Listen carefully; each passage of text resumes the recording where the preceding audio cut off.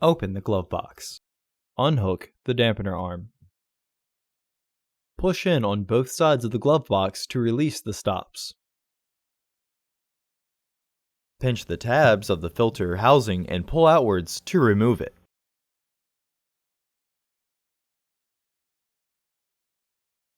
Install your new filter into the housing, with its arrow pointing up.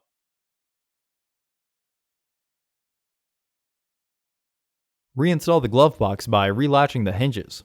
Partially close the glove box to re-engage the stops. Reinstall the dampener arm. Close the glove box. Order your parts today at filterheads.com. Also, please like our video and subscribe to our channel so you won't miss any new content.